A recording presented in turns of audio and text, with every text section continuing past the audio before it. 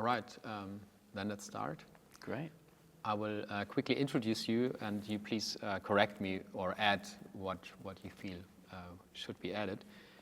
First of all, of course, you're a dancer here for the ensemble of Dresden Frankfurt Dance Company. You were born in Australia, studied in New Zealand, and you were then dancing for Sydney Dance Company and Australian Dance Theatre. And then you came to Europe, to France, to dance for Emmanuel Gatt. And there, as far as I know, you also started to design costumes. In the beginning for Emmanuel Gatt, but then soon also for other companies. And one thing that I don't really know exactly is when you started to do like your own solo pieces. But I think that also started in that time, right? Yeah, that started a little bit still though when I was in Australia. Ah, okay. Yeah, I think the foray into solo practice and presenting my own solo work came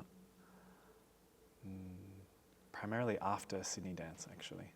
I mean, already so quite a few years earlier than I thought. Yeah. I mean, already in school, I was making solo work and sharing some things there. So the practice that's kind of been there for a long time, actually. But then actually creating solo performances and presenting that started after Sydney Dance. Yeah. And you're here in Frankfurt since 2023. Yeah. When Janis Manafunu started directing. Yeah, exactly. How would you, as a starting point, how would you describe what you're doing as a choreographer or facilitator to someone that doesn't know anything about you? Precisely what I'm aiming at, I'm not sure. I have clear feelings and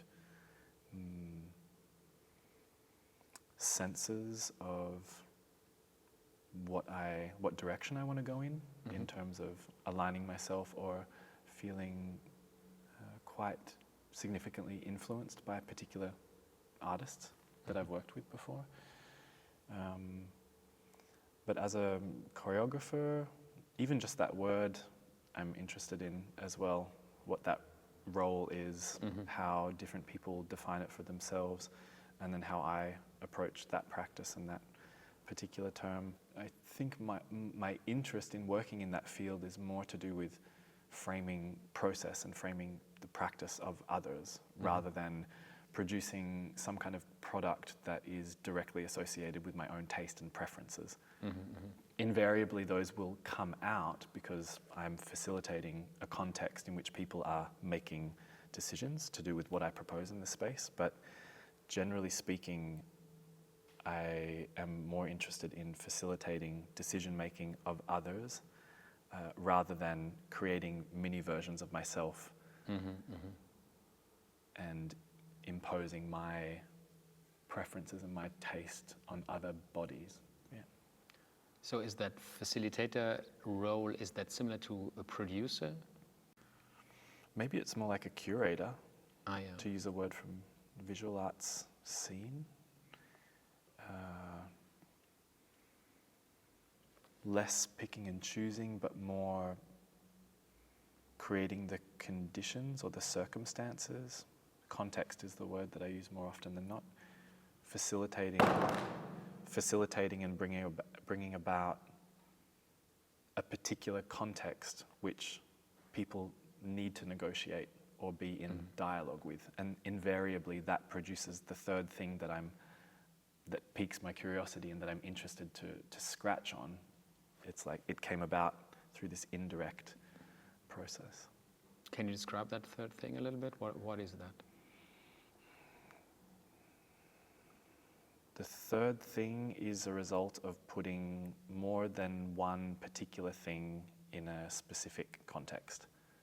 And then whatever clash, tension, marriage, harmony, discord, disagreement, agreement occurs, that is the third thing. The third thing is not what I expected, not what the other person expected, but expecting a third thing will come must happen by putting two particular things, at least two particular things in a context. And that for me is, that's also what takes me into, I guess, as a facilitator, working with constraints as necessary conditions for the third thing to emerge. One of the ways how you do that, at least in the work here now, is what you call social systems, right? Where a constraint is one element of a social system. Could you give or describe an example of how that looks really in practice? Yeah. One of the basic systems is called come-go, and it's essentially using same premises with conditions, rules, objectives, and strategies. And the come-go system uses 3 vocal commands: come, stay, go. Come being come towards me, go being go away from me, stay where you are, don't move. And in this one we use a spatial and relational objective. So if there's 4 people playing, then one person decides, okay, my spatial objective is to get everyone into a perfect square. So then people start wherever they want in the space, and then same thing. Any person can call at any time any of the 3 vocal commands, come, stay, or go, in order to achieve their objective. So if my objective was to have you over there and me over there, then I would probably say come, so come towards me, rather than go, because I want to get you there. So again, you have this negotiation of different objectives, produces conflict and tension between people because they're trying to achieve a certain thing, and you have bodies moving in space, not according to their own desire, but constantly being interrupted and renegotiated and recalibrated with other people's expectations and ambitions and wishes. I think it becomes a bit clear what that third thing is, like moving not from what you want, but what is the movement that comes out is then like no one controls it, right? Yeah, in that sense it's really decentralized. On the one hand, you need individual players making their own decisions, and some kind of, at the moment for me, it seems vital to have an objective in there. Otherwise, it appears to be just play for play's sake, which I don't think is sustainable, and involves more energy and effort than something at its core or something underneath it, underpinning, warranting the continued investment. So I think an objective does that. Would you agree if I call it's a game, to simplify it? Yeah, you can call it a game. I think just the connotations just irk me a bit, where the same connotations as with something like improvisation, where people think, oh, you can just kind of do whatever you want. It's really playful, but it's not really serious. Yeah. Same thing with a game. You say game and people go, oh, great. Yeah. Light, happy, and I don't know, pre-adolescent or something like this. Adults play games all the time, these psychological games, these negotiating desire, what I want, how do I get you to move closer to me if you don't want to move closer to me. So fundamentally, these systems are really curating and mitigating individual desire. And that conflict is really, for me personally, as a performer as well, I find conflict and tension necessary again, there's instant negative connotations that come with that, but without that, I don't understand what I'm building towards, or if there even is a possibility of accumulating experience with another dancer or another player in an improvised setting, such that we can then refer to that point or move on from that point and understand that that was a rite of passage, that was an event, that was a choreographic event where we disagreed. And now we're integrating that information and moving forward with that information.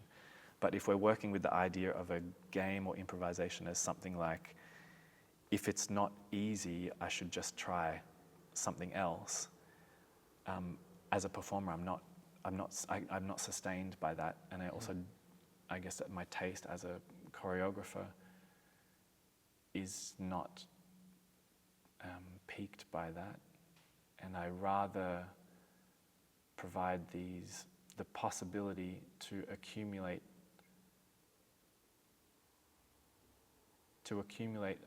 choreographic experience and build on that with someone, with a group of people. That's what sustains the practice. That's what sustains relationships. Otherwise, I just jump from one thing to the next, and the rate of change is so fast that you never really pick something up before you drop it and then move on to the next thing. Also, you don't really have the third thing being produced either. If I drop it before I've picked it up and held it and keep holding it and had some kind of relation with it, I don't know where I'm going otherwise. Can you talk a bit more about what is the thing that interests you in this? I think there's two things that I heard in rehearsals, or one that more comes up now is, would you say the core interest is you're interested in behavior as opposed to movement, and movement is just one sort of behavior? And the other thing is, inside of these kind of systems, you see people making decisions, right? And I heard you say that many times, that what you want to come to the forefront is decision making. But that's also kind of behavior, isn't it? Okay, first thing I think of is a quote that has stuck in my mind from a reviewer. I think his name is Roger Martin, a critic from New York who was writing about the emergence of modern dance from classicism. And he wrote about modern dance brings us back to the essence of what dancing is, which is action or movement. And I really connected with that. And then in terms of talking about decision making, it's a bit chicken or the egg. The decision comes first or the action comes first. And that's certainly what we're practicing here in the creation with DFDC, is approaching, trying to access this heightened sensitivity, the ability to integrate more than just your primary focus and where you're getting information from different angles, moving first and then taking your decisions from there, or making very clear decisions first and then seeing how that opens up into something more, into action and movement. Is my interest more on behavior than movement? That was the question, or? What I hope to frame, what I am trying to frame, is the decision-making processes of the dancers or the players and the relation between them, more than the choreographic object or the choreographic content. One other thing that you talked about that is like these two-sided kind of two approaches was demonstrative versus generative. Can you describe what that means, or how that's important? Yeah, first of all, they both rely on one another to exist. So it's not either or in a way. The demonstrative relies on the generative in terms of bringing in new information or anomalies to sustain its presence, so that the demonstrative can also evolve. That would be like the basic system of come-go. You're either coming or going or staying.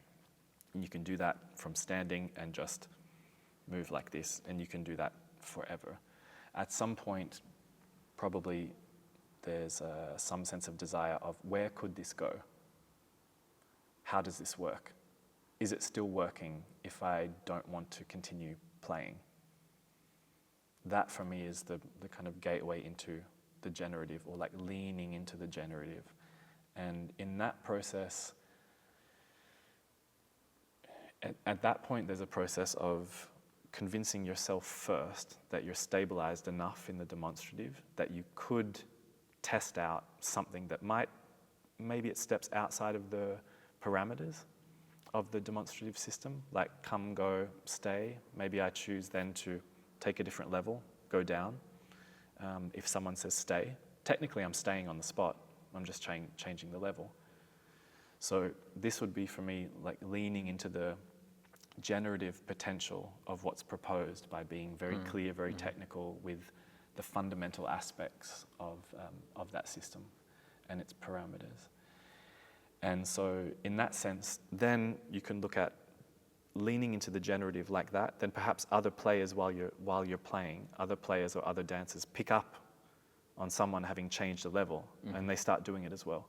And then it gets picked up as like an instant rule, and it becomes embedded in the system. So we can then say, okay, this is included in the demonstrative version of it. And then that stabilizes itself. Maybe the desire again starts to wane because we can kind of predict what it is. We all know we're using different levels and we're coming and going.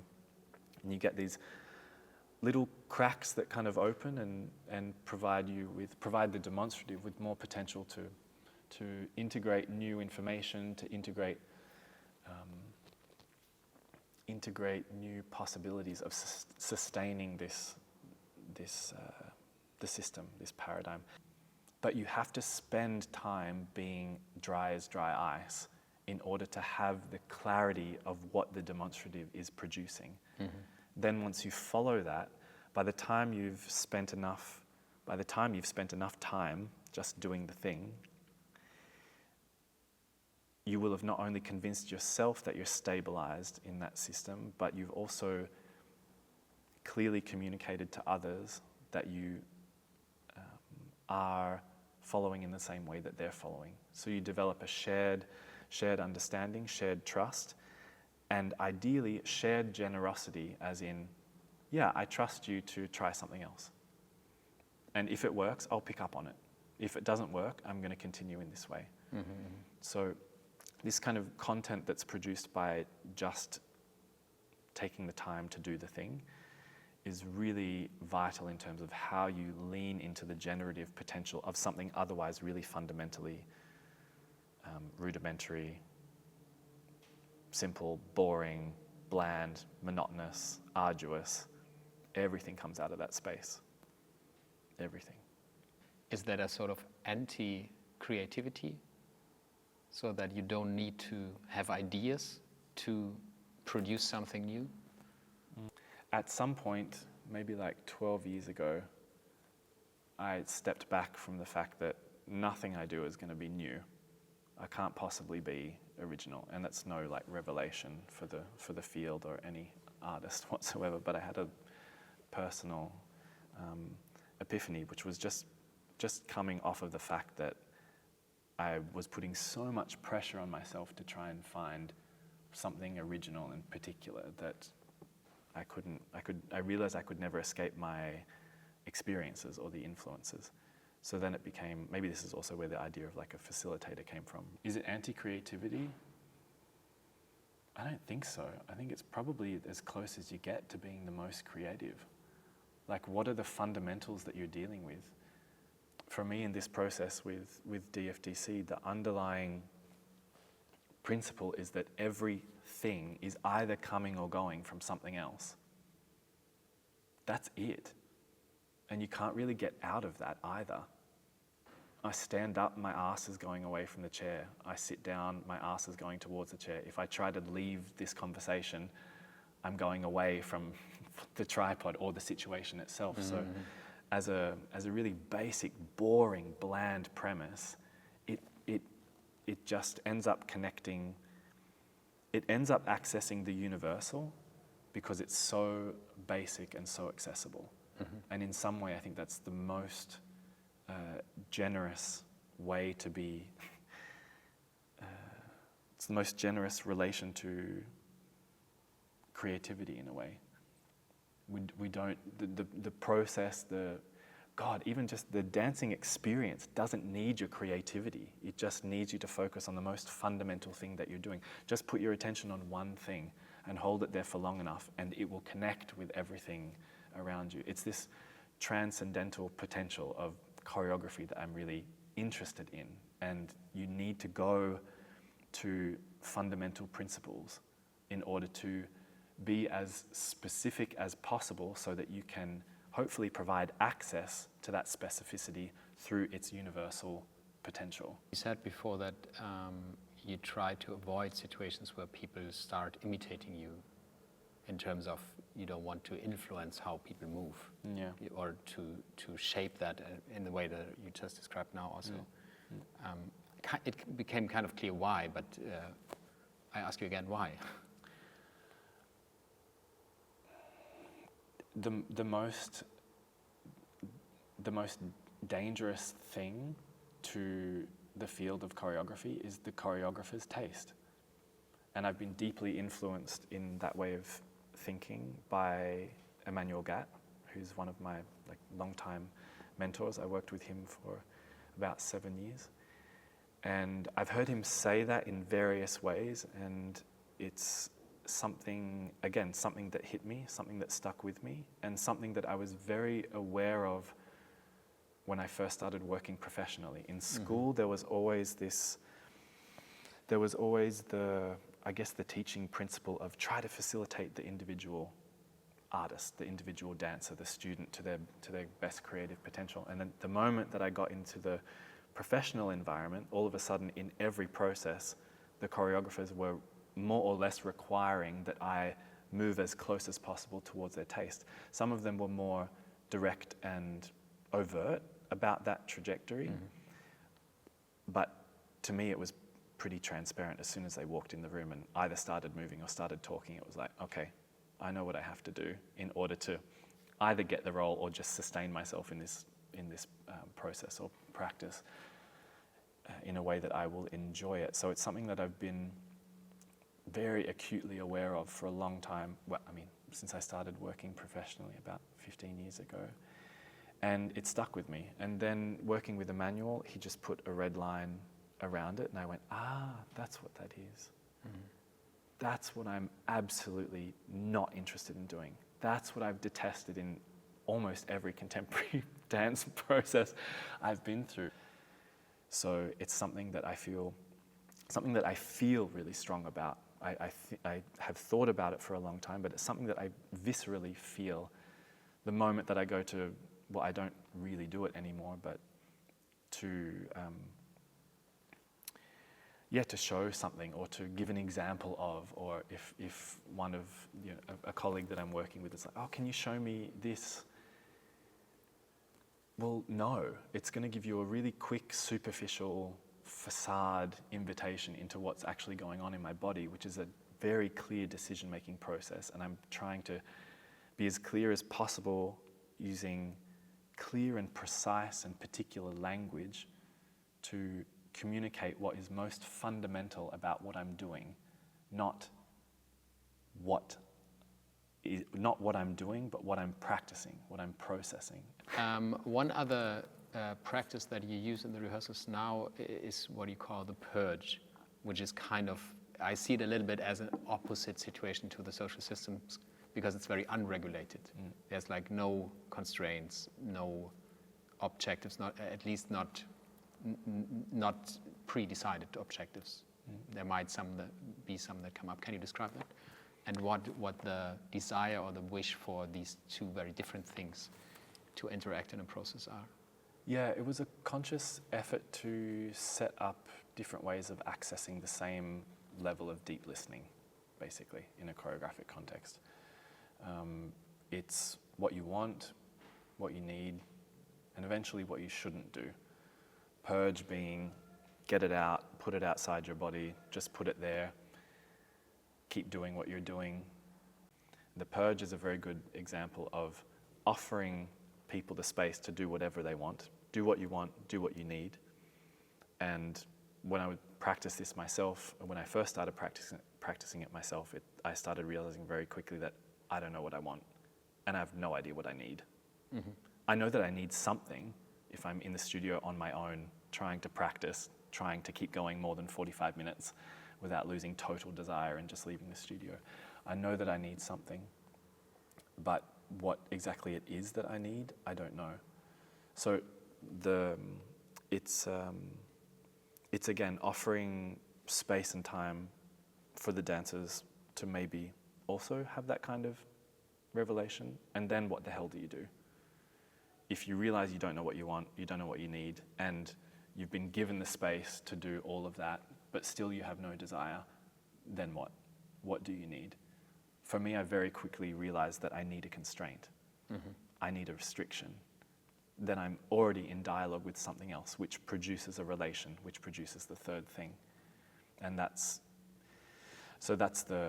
what value I put on it, is essentially an example of, if you can just do whatever you want, whenever you want, that's not freedom. Or it doesn't last very long. So the purge, for me, is really an offering for them to realize that no one knows what they want. And maybe more important than that, no one knows what they need, but they know that they need something. And that point is where it's like a little, in this context, a little choreographic hook. It's like, right, that's the point. Let's put a red circle around that. And what is it that you need? And can you then figure out just by putting your body there, and then taking my hand away from your knee and putting my hand to my face, or my head to my hand, or my hand to my face. There's options.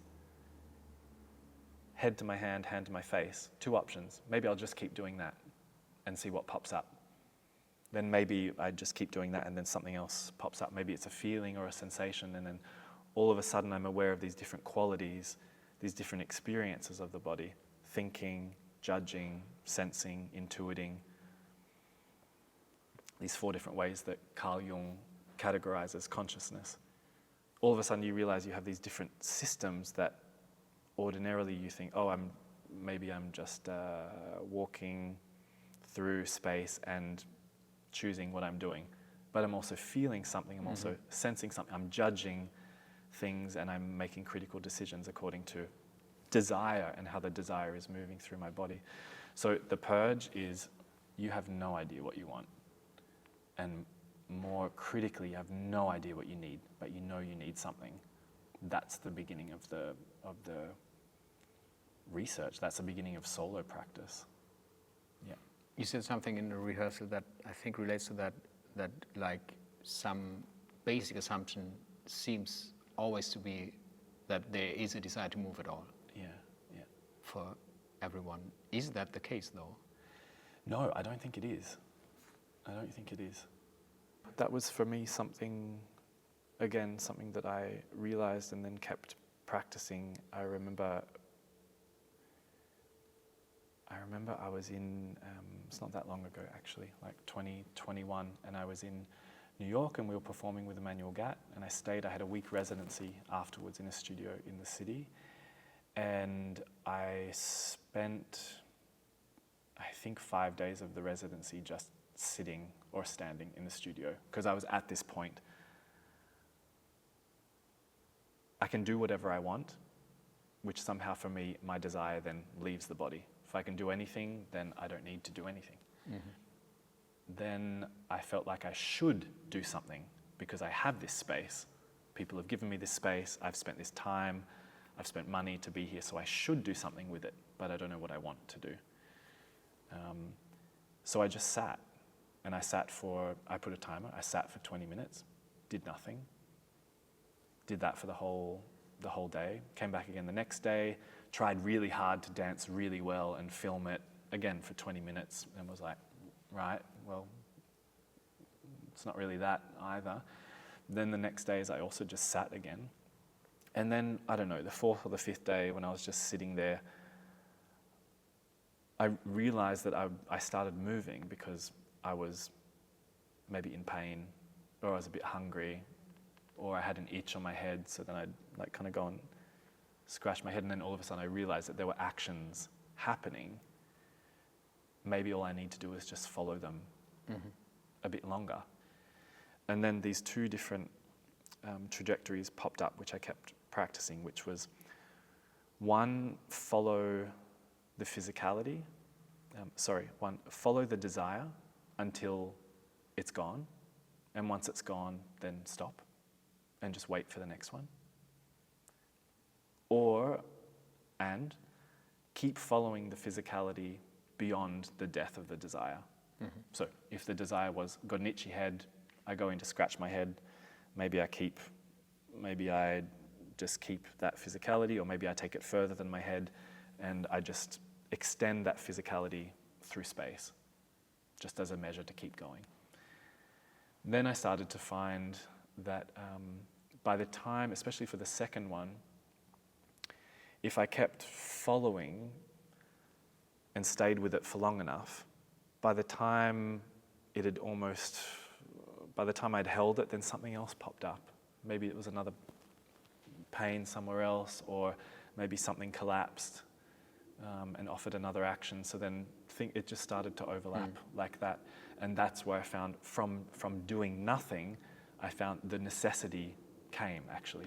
So that's where this, also in some of the practice that we're doing in the DFDC process is, one, move everything at the same time all the time, but 1 centimeter is enough to shift. So that your awareness is moving through all of the inside of your body, trying to move every part at the same time, doing that for 10 minutes, and then stop, rest, try not to move at all.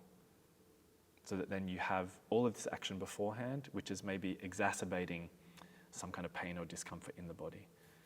And yeah, that's for me, that's where, that was a very intense realization for me. I need not force the body into moving. I need only listen a bit more and then just follow. Let's talk further about your solo practice. Can you describe that practice? I mean, some of it, I think, was really what you were talking about right now. But one thing that I know also is that language plays another role in it. Yeah. You do speak much more, or a lot, let's say. 2 meeting points, 2 procreated sentiments. Pessimistic, optimistic. How about if I jump and I don't soften my legs? Will that result in an epic dance move, an epic choreography, a wonderful move that you'll all want to join in together and create the North Korean Cascades? I say yes! I say yes, Kim Jong-un, do you want to party with me? Do you want to take this kind of choreography into the 22nd century I'm about to upland?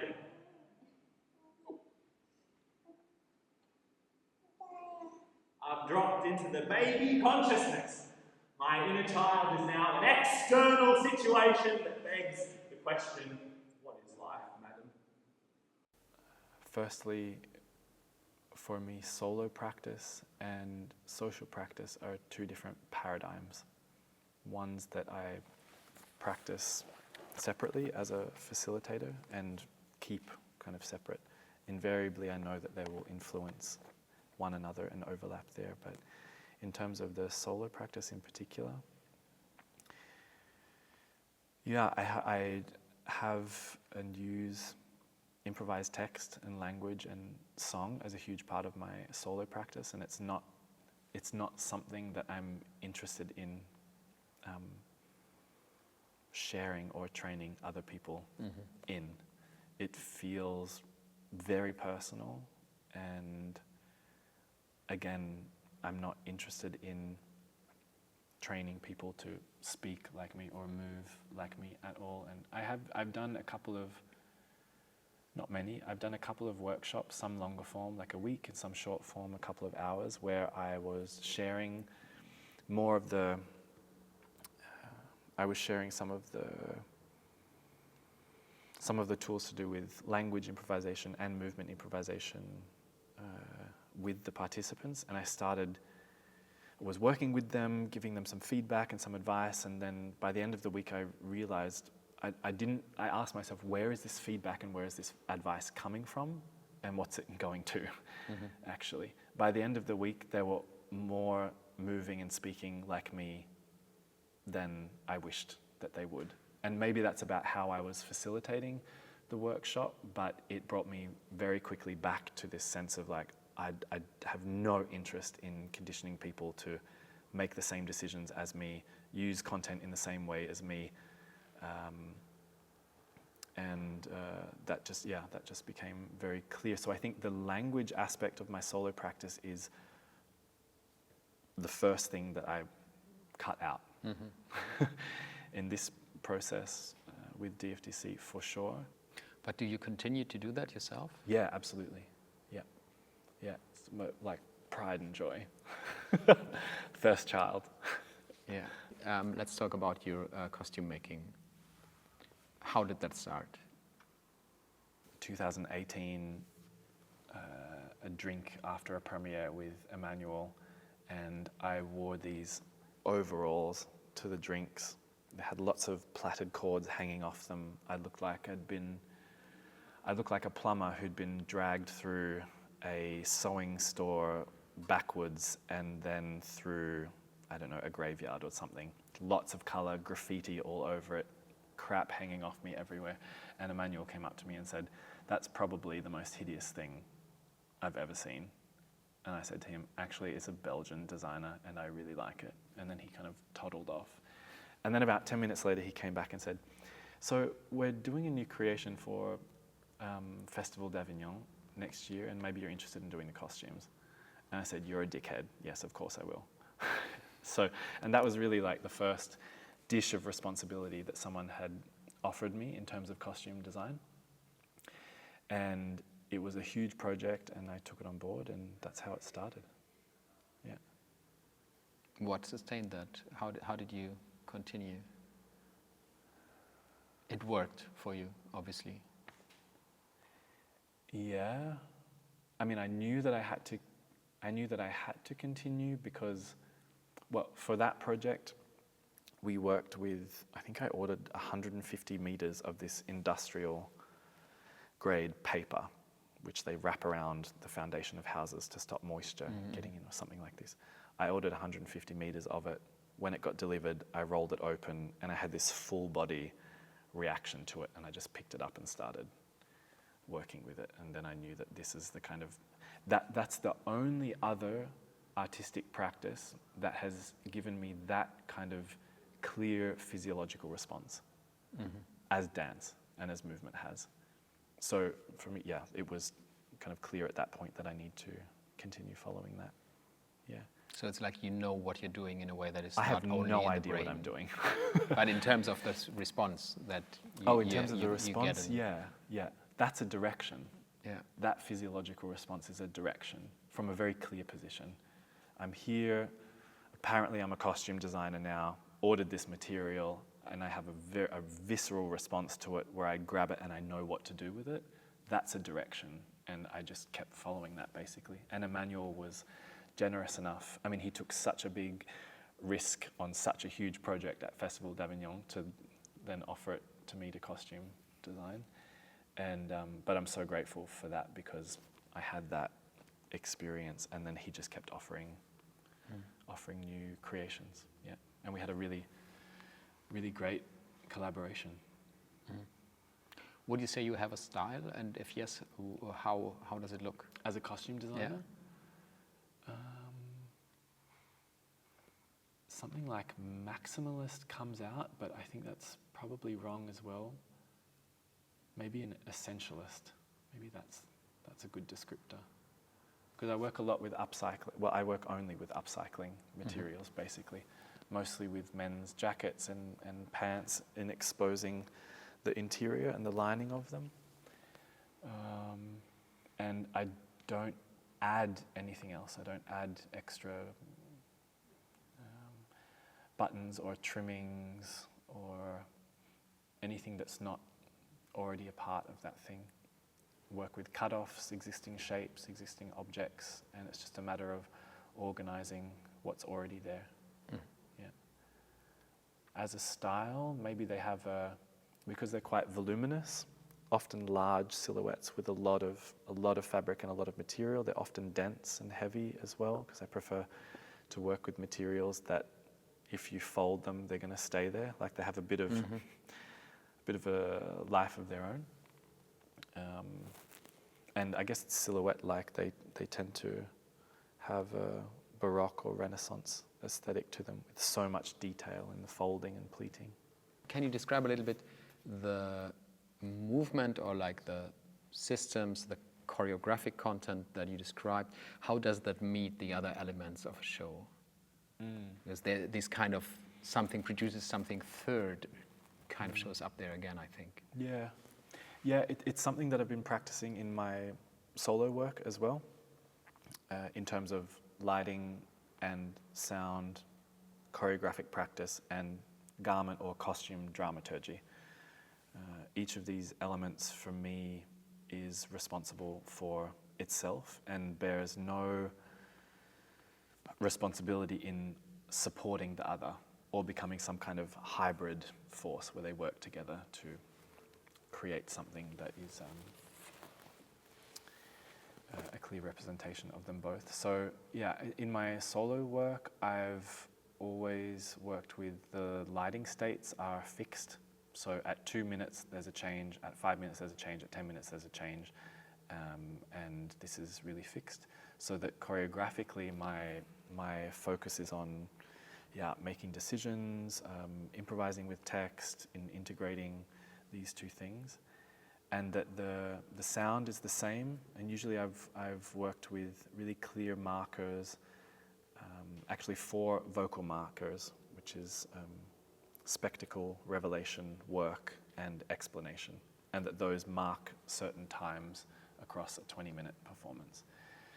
And in terms of lighting and sound and the garment, I consider them as really separate entities, so that there's no wish for me to, for example, highlight a particular action or use the lighting to frame a situation that I've preempted or planned, so that they are just content to deal with, content to make decisions with. Yeah. Why are you not afraid? Why am I not afraid? You would have a lot of reasons to be afraid now, having this big stage for the first time, and it strikes me that as much as I observe you, you seem to really not be afraid. Yeah. I've been planning for so long. I've been planning this since a long time. I've no idea. Actually, something that comes to mind is something that Emmanuel said to me, actually, in regards to that first costume design. He said, "You're just making costumes in the basement of your friend's house for a show that your friend's putting on. That's it.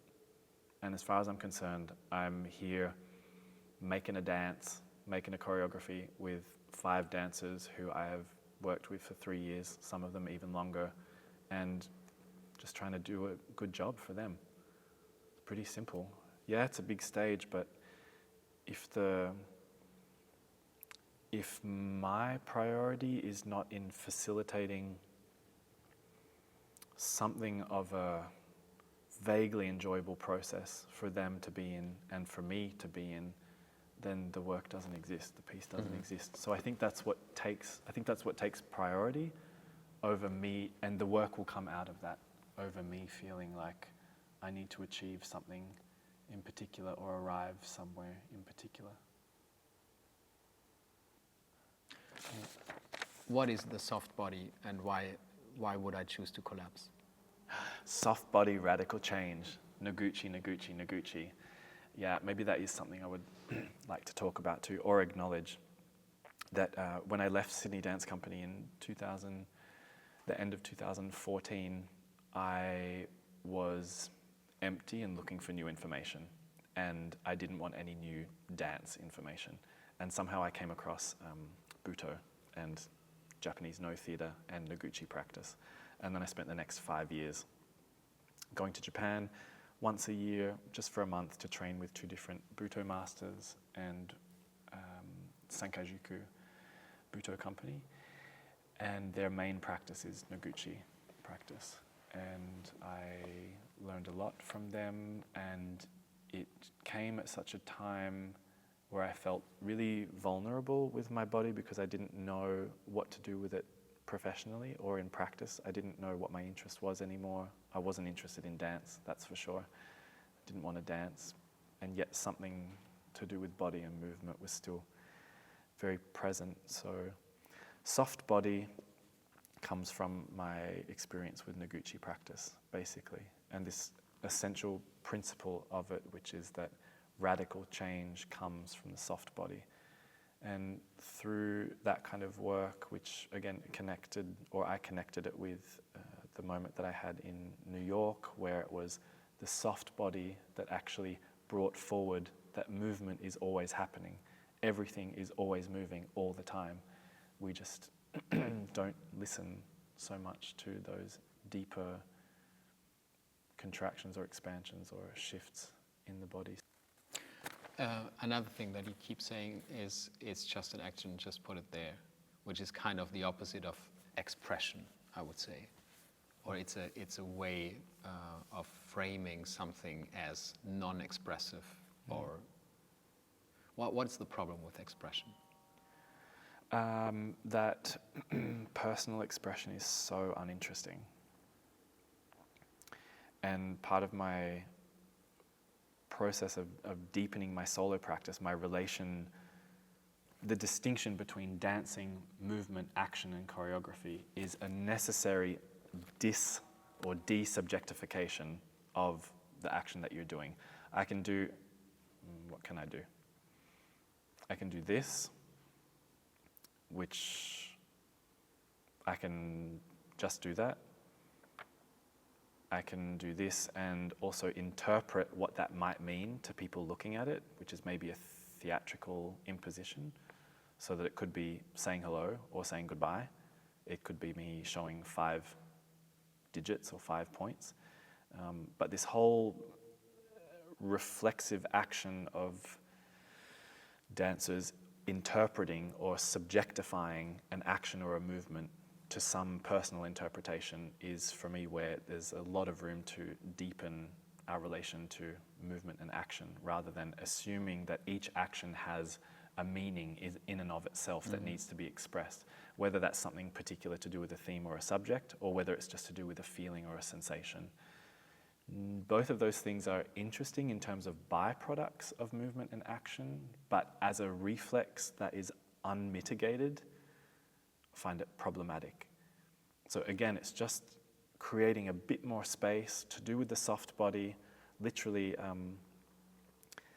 letting go or choosing to collapse that association that I've made with the hand, which is now saying hello or goodbye, choosing to collapse the idea that I have of that action and returning that danced interpretation to its essence, which is it's just an action, it's just a movement. So just put it there. You don't need to do anything with it. Everyone that's watching will do something with it anyway. From the point where you are now, how would you recognize that this is the path that you want to continue on?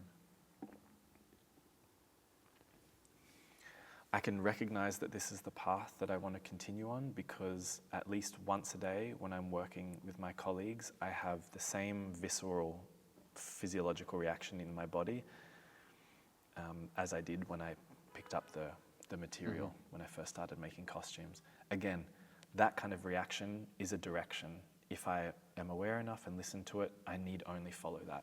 So long as I keep having that kind of physiological reaction to facilitating choreographic process, I will continue. That's just clear.